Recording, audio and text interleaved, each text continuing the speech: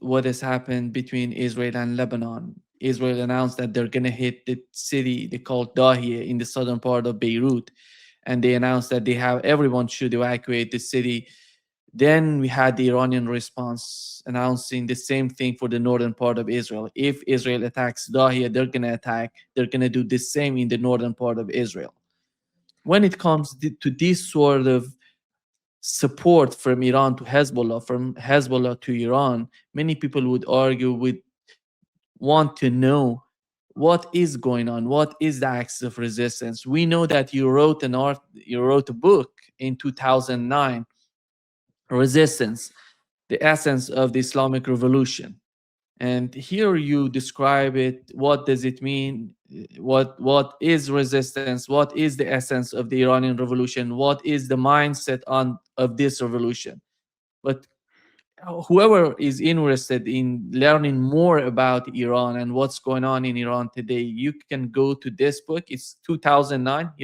Alastair wrote it in 2009, but everything he said in that book is still the same, and you can go and find it there. And the other one is the article, the new piece that you wrote on your Substack about Iran takes its chance with war. You mean that the way that Iran is responding to Israel. And where are we right now with the case of Iran and Israel and Hezbollah? Well, there has been a significant shift in Israeli thinking. I mean, not just about Lebanon, but we have moved, first of all, to a new security doctrine. And we've moved also to a new understanding of Greater Israel.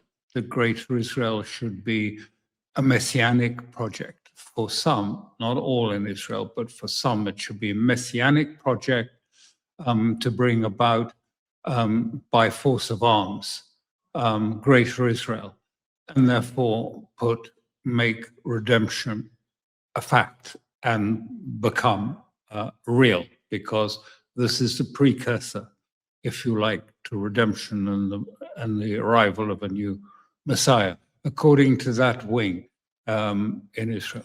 But in the security element, things have changed dramatically with the adoption of the idea of permanent security. So they've moved away from the old style of security doctrine that existed, if you like, going back to the founding of Israel. And at that time, the Prime Minister said very clearly, we are a small country, small population, small resources. We have to stay within our borders, and we have a professional military. And we have to rely very much, therefore, on reservists to make up the numbers if we need it. But it was also a Clausewitzian view that was being expressed, in the sense that, war wasn't the end in itself. It is a means to political ends, to political solutions, to political understandings. And all of that by Ben-Gurion has been turned 100%, 180% around in this period, largely because of 7th of October. And what the Israelis have moved to is a sense that they are claiming that what happened on the 7th of October was a Holocaust against them. It wasn't, but that's what they are seeing it. And it has been deeply assimilated into Israeli consciousness, I would say, that this was a Holocaust. Not the Holocaust, but another Holocaust. And that has brought about the idea, the idea that the Holocaust therefore is not over, and that the 7th of October shows that Israel is always at the threshold of Holocaust, that another Holocaust is inevitable, will come, that the Holocaust is not a past event, it's a present event and on our threshold. And to deal with it, we have to go to the root. Now, there's a history to this permanent security, which is that it goes back to basically the war, the Second World War. And the idea of permanent security and going to the root was that you could not allow a hostile population to remain and their children to grow up and be hostile to you. It was considered, first of all, in terms of the 1,000-year Reich, and that there was not a willingness to allow, if you like, any challenge or enmity to this Reich to emerge. And so the idea has come, therefore, and this is why we see and we understand this is the doctrine that lies behind the idea that there are no innocents in Gaza. The children are subject to target, the women are targeted, because we go to the root of this problem, which means the end of the Palestinians as a force that can ever be a threat to Israel.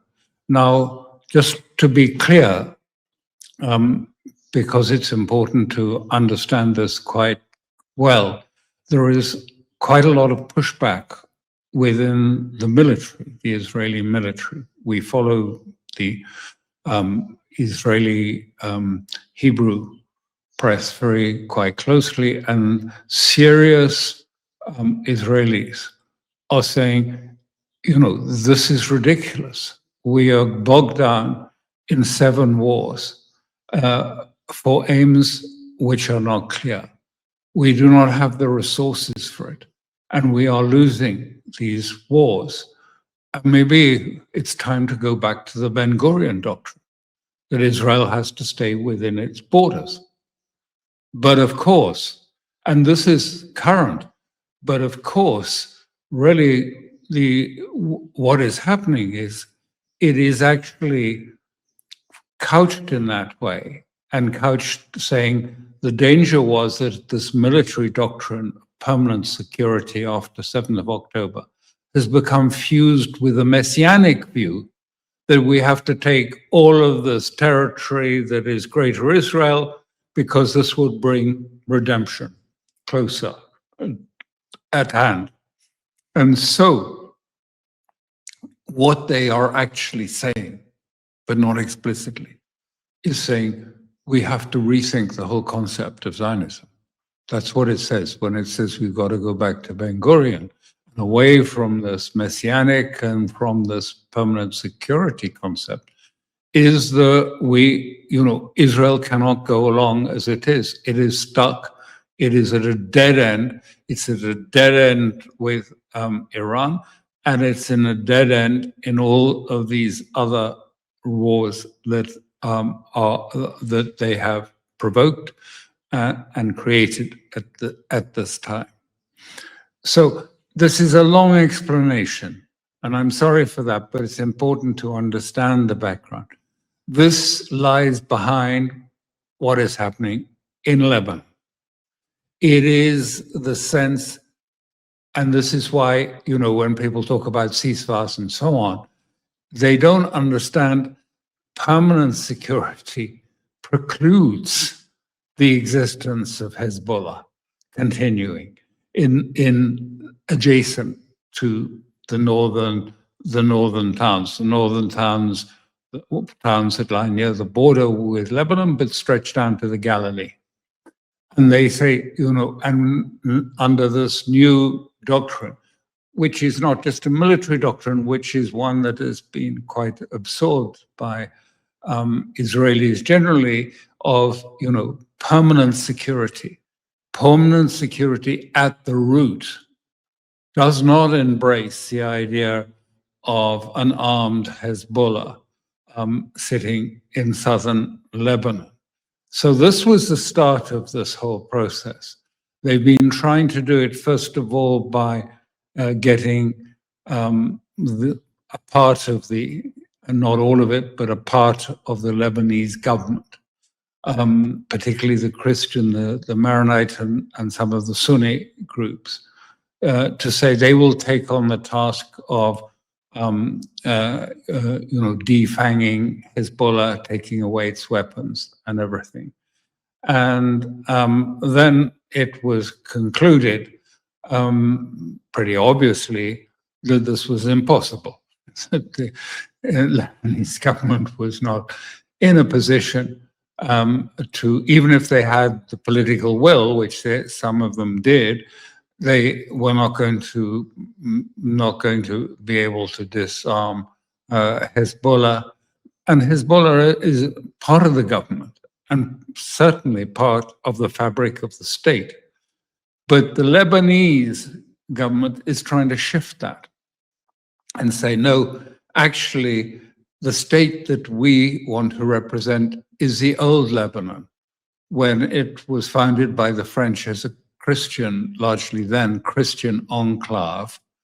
And that was before it became Greater Lebanon, which included all of the south and included, of course, Hezbollah. But that's the constitution. That's how it is. Even if they wish it were back, to those early days when it was just a small Christian enclave, it isn't. And Hezbollah is not going to accept that view at all. So what happened with that was then when they said, no, we're not going to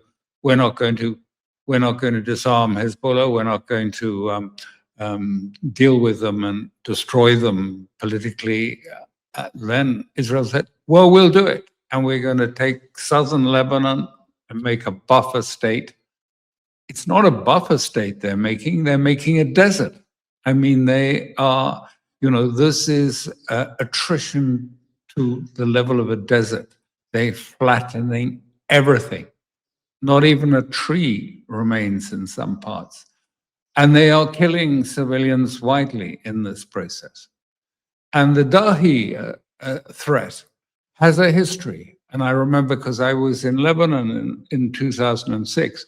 Now, I may have got the general wrong, but I think it was Eisenkot talked about the Dahi solution, even then, so many years ago. And he was saying, the Dahi solution is we need to flatten Dahi. For those that are listening to the program, Dahi is a major suburb of Beirut, a southern suburb. It is not a Hezbollah encampment. It is an ordinary suburb of Beirut. Yes, it has many Hezbollah living there, and it has Shia living there, but it is just a part of Beirut. And it was badly destroyed. Many of the apartment buildings were all knocked down in 2006. But this is what they wanted to do again, and only sort of destroy it even more. Why? It's nothing to do that Hezbollah commanders are there. Of course, they're not sitting there. Everyone knows the threat. And indeed, many people have evacuated Hezbollah. No, it is punishment. They want to punish Hezbollah, and they believe that if they punish civilians of Lebanon sufficiently, that they will turn on Hezbollah. This has been an old refrain of Israel. We just have to make it so painful that they will drive out all the terrorists, and then everything will be fine. So this is the background. So this is what it was, and Iran re-emphasized something that was in the ceasefire agreement and from the time of Islamabad, the Islamabad talks. it's a ceasefire for all or it's a ceasefire for no one. And so Iran has said from the beginning, it has to be a ceasefire of all the elements of resistance to Israel. Yemen, in Lebanon, even in Gaza, and in the Green Zone.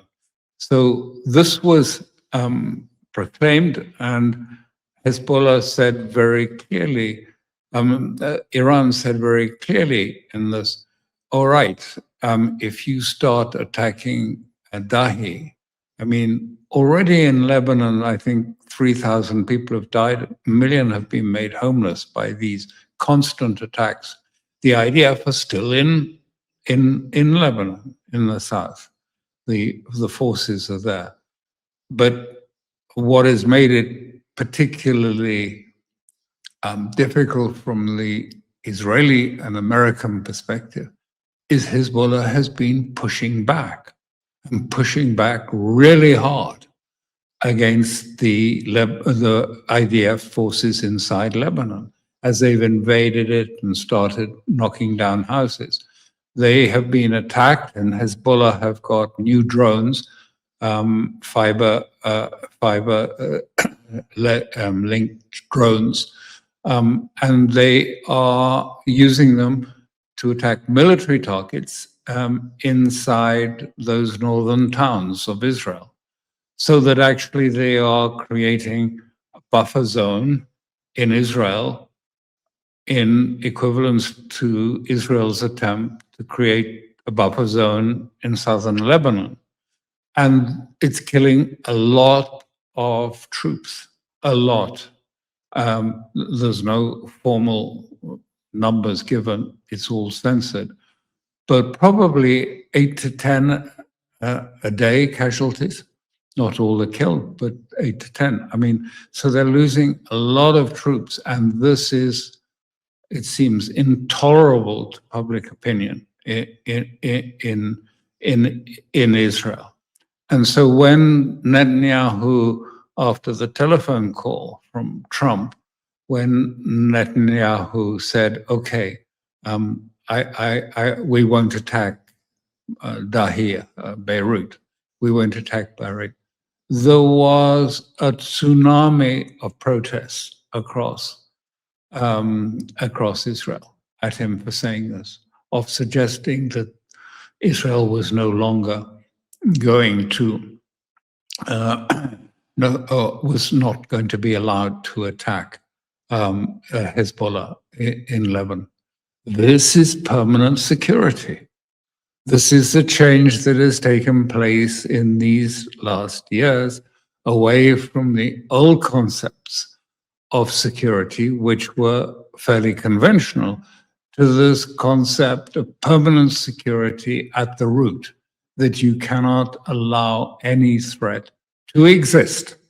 And so this was a huge pushback, which I think is going to, this is not going to go away. I mean, it's not going to just, I think the consequences of this is going to continue. There's no way that Israel would back down. So what they've done now is they've had a meeting with those particular members of the Lebanese government who are sympathetic to Israel, or were sympathetic to Israel, and hostile to Hezbollah, and had a meeting and said, "Okay, well, let's have a ceasefire, and you agree that Hezbollah will have to be rooted out." And they say, the government says, "No, we can't. We will make a few little spots, perhaps, where Hezbollah won't be present, but we can't do it in a full way." And in any case, Hezbollah says, "Forget it. We don't agree with the ceasefire that's been negotiated in Washington between Aoun and the others." So, I think all I'm saying is this is this isn't something that's about to disappear. This is a major element in any question of what happens next in the relationship between the United States and Iran and Israel and the United States.